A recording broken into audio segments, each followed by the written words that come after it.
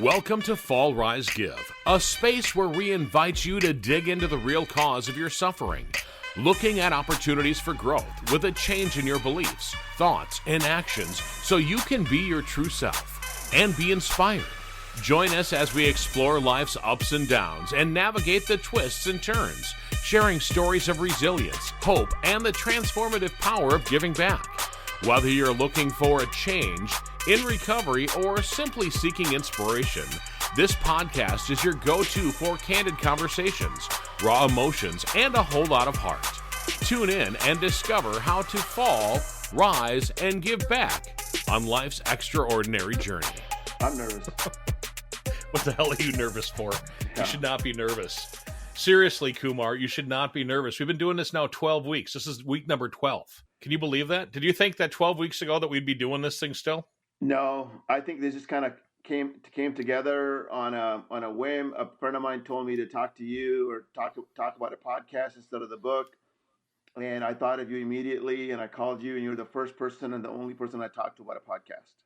Really, and so here we are. It's Fall Rise Give, turning struggles into opportunities by being your true self and helping others. And you know, the whole true self thing, I know that when we first started talking about this, I said when I first got into talk radio that one of the things that a consultant told me is you got to be yourself. You got to be true to who you are, because otherwise people can see through that. And I think that that over the last couple of months, I think that we've been our true selves, but I think we've kind of come into just a good conversation with the two of us, and it's a friendship that I wish that we would have had, that we would have started, 45 years ago. Yeah, but we probably weren't at this level. I know you're a very skilled communicator. You're very authentic. I know I wasn't ready. I wasn't ready to know what I know. I was too full of ego. I thought I had all the answers. I was so full of myself. I don't think I would have done a good job. I think I was a good kid and a good person all the way through. But I was just so driven, so much ambition. I just kind of let my ego get in the way, probably, of being a really good, kind person. I have a comment. When I was waiting tables in Minnesota at a restaurant, these guys were getting in, the cooks in the back were getting in trouble, and I went to the courthouse with one of them and trying to be the character witness, and one of them commented to me at some other time. They're like, "You're the biggest, nicest asshole I've ever met."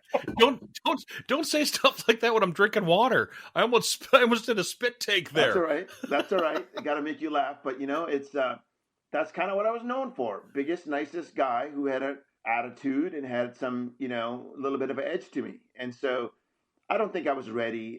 I'm a lot more compassionate, a lot more kinder towards people. I can handle people with egos a lot more now. I used to butt heads with people with big egos and big authority, and I still have those challenges. But the underdog I always fought for. The underdog I was always a big fan of and supporting them. But I think for me, what got in the way was comparing myself to the big successes and other people that I would meet, and they would have an ego. Then I would kind of butt heads and let my ego get in the way.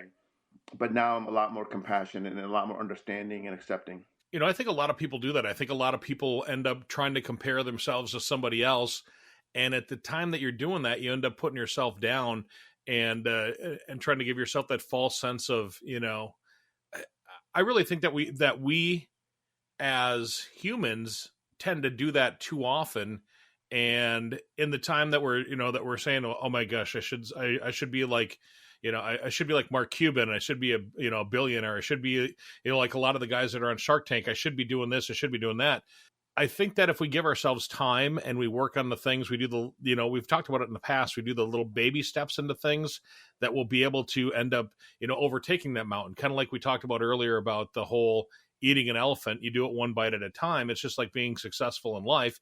You do it one step at a time, one bite at a time, something at a time. And pretty soon you're going to be successful at what it is that you're trying to do. Yeah, and sometimes success can come pretty early. Like I was telling you, I actually met Mark Cuban in Utah at a restaurant. He was traveling with the Dallas Mavericks, and I had sold an internet company as well, just about a year prior to that. And I did some smart investment strategies hedging my shares in a public company through a private transaction, not to make it too complicated.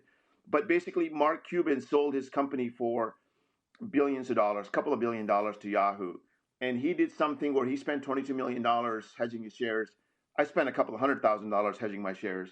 So I felt like I had a little bit of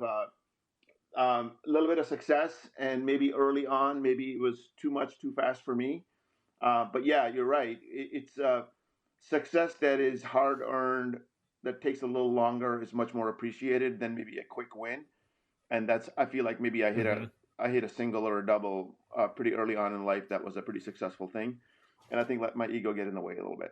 Let's talk about that, about the thing that takes a long time in order to be successful at.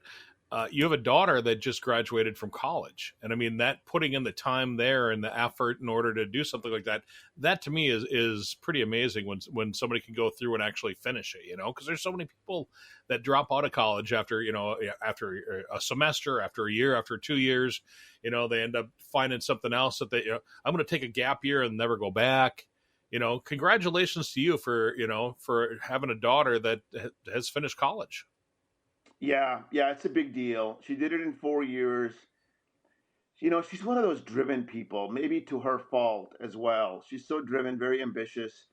She was on the dean's list in the School of Business at University of Washington the whole time. Every quarter, um, she graduated with honors. She has a job lined up. She flew to Europe today. She ended up in an island off the coast of Spain. She traveled 24 hours in the plane, and so she's living a blessed life. And yeah, but she worked very hard. She stresses herself out a lot by working very hard. Kind of a perfectionist, almost to a fault. But yeah, I'm very proud of her. Very proud of the fact that she has a job. And so I'm very, very happy about that. And so she'll be moving to San Francisco sometime soon and starting a new job. I am all for anybody accomplishing any goal in whatever time it takes them. I think hats off to everybody. Everybody works at their own pace. Everybody goes through life through their own journey. We really shouldn't compare ourselves to others. And power to anybody who accomplishes any goal, especially going to college and finishing a degree. You're talking about goals, and I'm thinking about the last couple of weeks that we've done the podcast. We had Maya on a couple of weeks ago, and then we had Ryan on this past week, and just to see what they have done, what they've overcome in their lives. I mean, that's pretty amazing. The attitude adjustment program seems to work well with them and for them, and I know that you met them through the program. How are you doing? I'm doing well. A little bit about my story of recovery in the sense that, like I said, I was a mainstream drinker.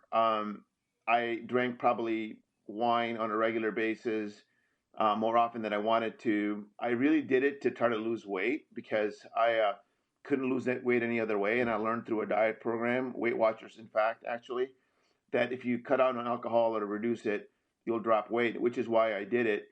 But then a friend recommended that I join the attitude adjustment program just to see what it's like because I didn't think I could keep it up. And so about 30 days dry, I joined it, and then I learned about this whole thing around emotional sobriety, mental sobriety, spiritual sobriety. So basically, what I've learned is that people that alcohol is not the problem, it is the solution. And it is a solution to a dissatisfied life, a life that we had expectations for that we're falling short on. It could be a personal trauma situation like one of our guests, very devastating story in that way that they had to overcome those struggles. It could be a business thing where you lose your job or whatever. I don't want to belittle that by saying whatever, but it could be any number of things. And we're dissatisfied, we're discontent. And what we do is we drown our emotions through a bottle of beer or alcohol, and we live a numb life. And that's kind of what I was living, is a numb life. And about 9 months ago, that was me. And so now I meditate every day. I was meditating regularly, I would say probably 3 to 5 times a week. Now I'm meditating twice a day. I've been exercising since 2021 every morning. When I get up, I have my meditation prayers. I have a different routine. I feel like I'm much more in tune with my spirituality, with my intuition, with my higher power. I read a book about a week. Every week and a half, I read a book. And so I'm living the way I want to live. A friend of mine used to ask me, "What books are you reading? What books are you reading?" And I was so embarrassed. I wasn't reading any books, and I was like, "I haven't read any books for years." And so I was spending too much time drinking and watching TV and just living a numb life. Now I feel like I'm reading an incredible book right now called Limitless by Jim Quick, and it's teaching you about methodologies of being limitless in your mental self. He's kind of the brain coach to the world and superstar. He's got a bestseller. He had 100 million downloads of his podcast so far. The guy's got 100 million downloads of his podcast. Wow. Jim Quick from the book Limitless. I'm like, can I just borrow one, please? I'd like to just have 1 million, followers on ours. We'll get there. But I think the message is that, you're reading, you're learning, you're constantly improving. You kind of got the growth mindset and growing yourself as a person. And that's what you get when you live in a world of not drowning your emotions, when you're not living a numb life. You have time in your hands. And that's why I think being sober or dry, as you call it, for anybody who's looking to get more time for themselves, more health, more mental and emotional sobriety, spiritual sobriety, get in touch with their higher self. I highly recommend it. That's kind of why we're doing this podcast, Bob. I know you're going to ask me one of those questions, but why I'm doing it is because I feel like I've gotten so much out of it. I've become my true self, a person who cares about others, person who's excited about life.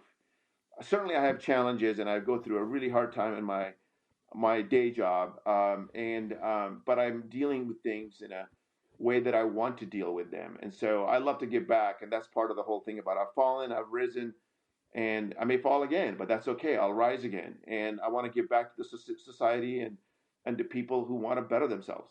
You mentioned the reading. Do you actually read the book, or do you listen to audio, or do you do a little bit of both, I a actually read. combination I of the listen two? to a few podcasts here and there, but I mostly read books because I tend to do it at night.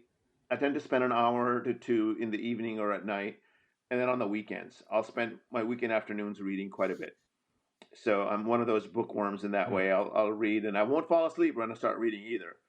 I'll give myself a couple of hours to wait a little bit and read for half an hour, take a break, read for another half an hour, take a break, read for another half an hour. And that's kind of what Jim Quick recommends as well. If you want to be a better reader, better comprehension, give yourself breaks. And 25 minutes is all the attention your brain can handle anyway. So that's what I try to do.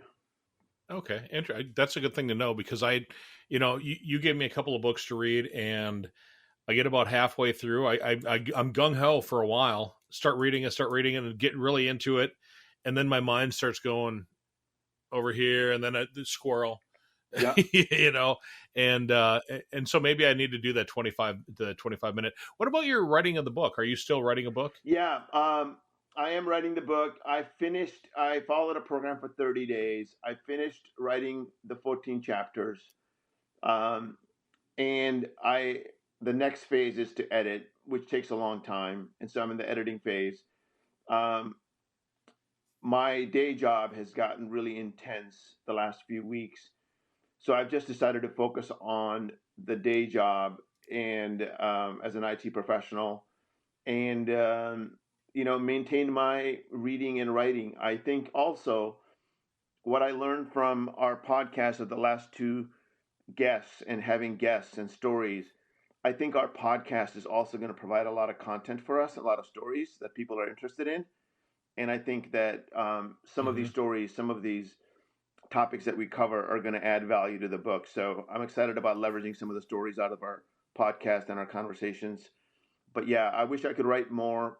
I love writing, and I just haven't done that much in the last 2 weeks. What about prioritizing of time, Kumar?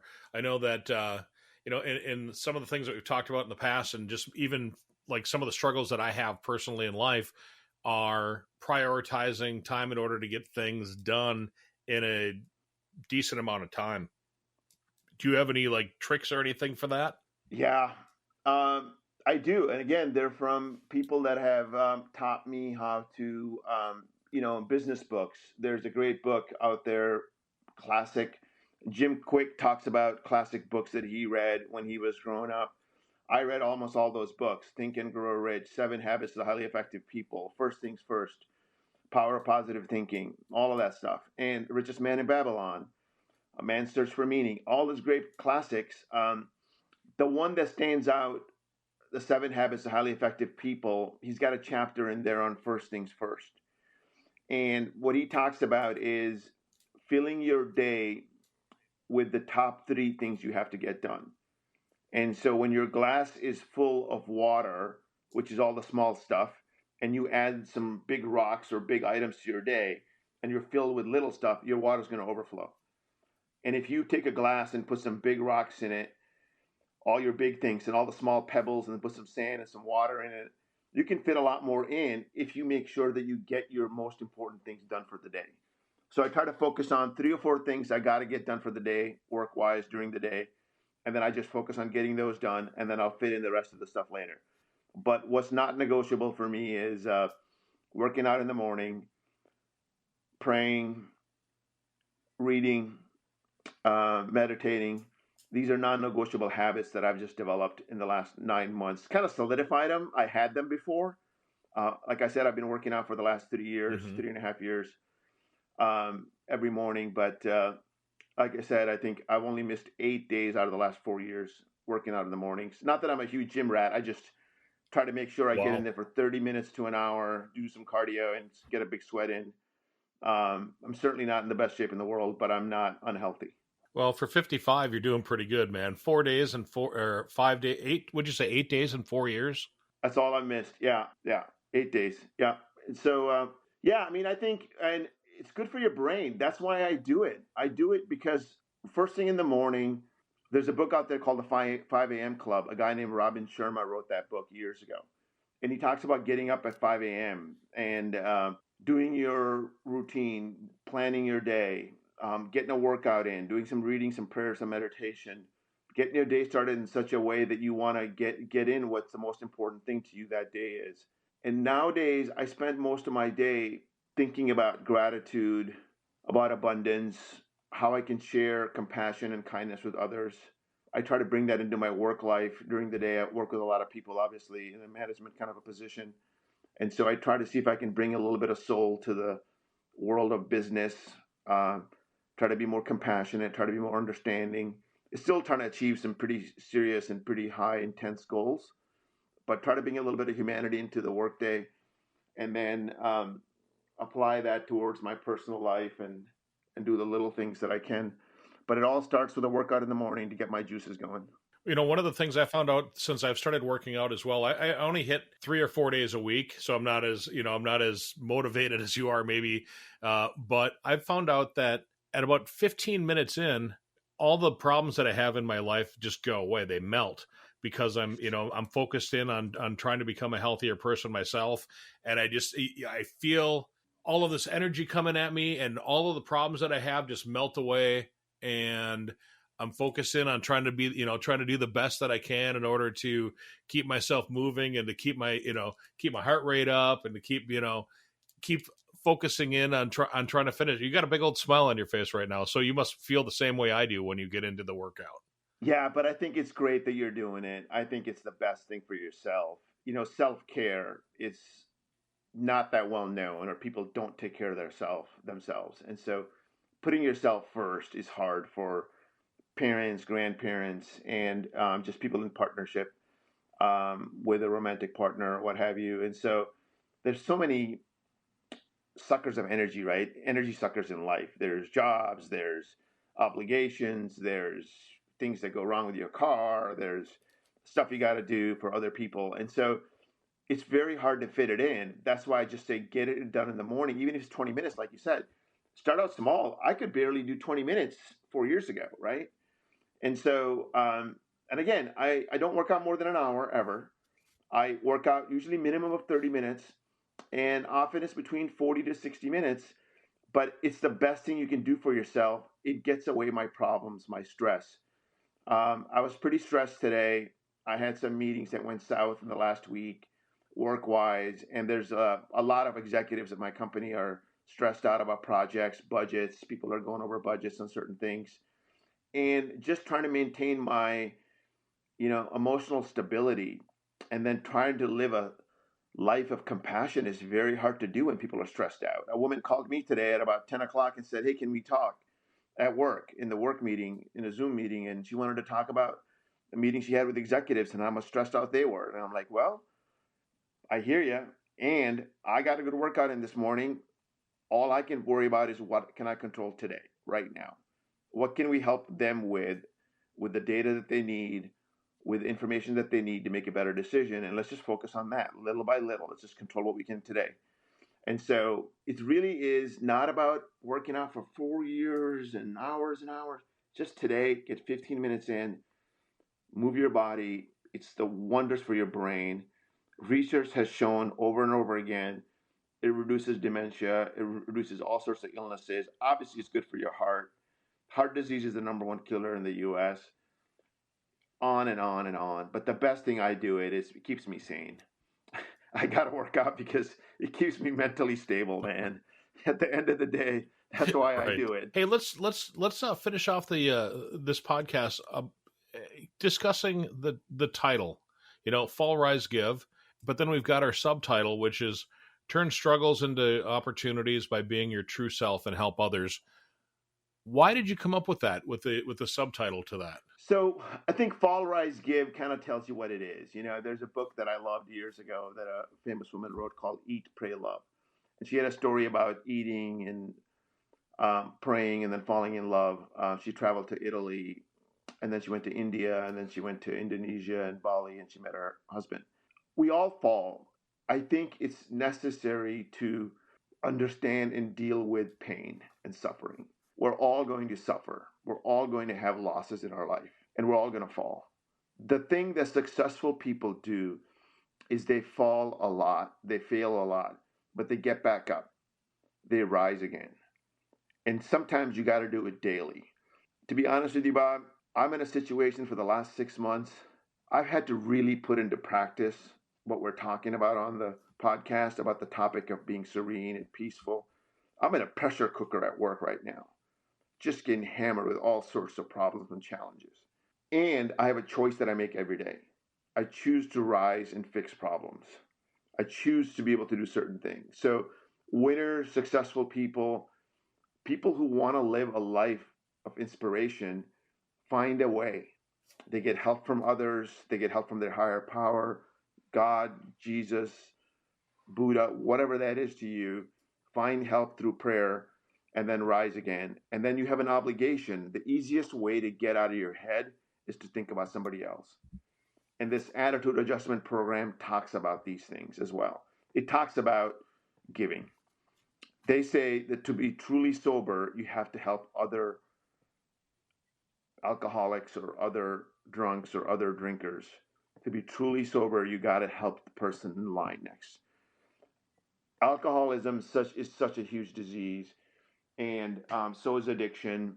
West Coast as a whole is stuck with tons of homeless population of people who are addicts at so many different levels, and it's a slippery slope. You start out with soft things like alcohol or pot or whatever, then it's easy to on-ramp into heavier drugs.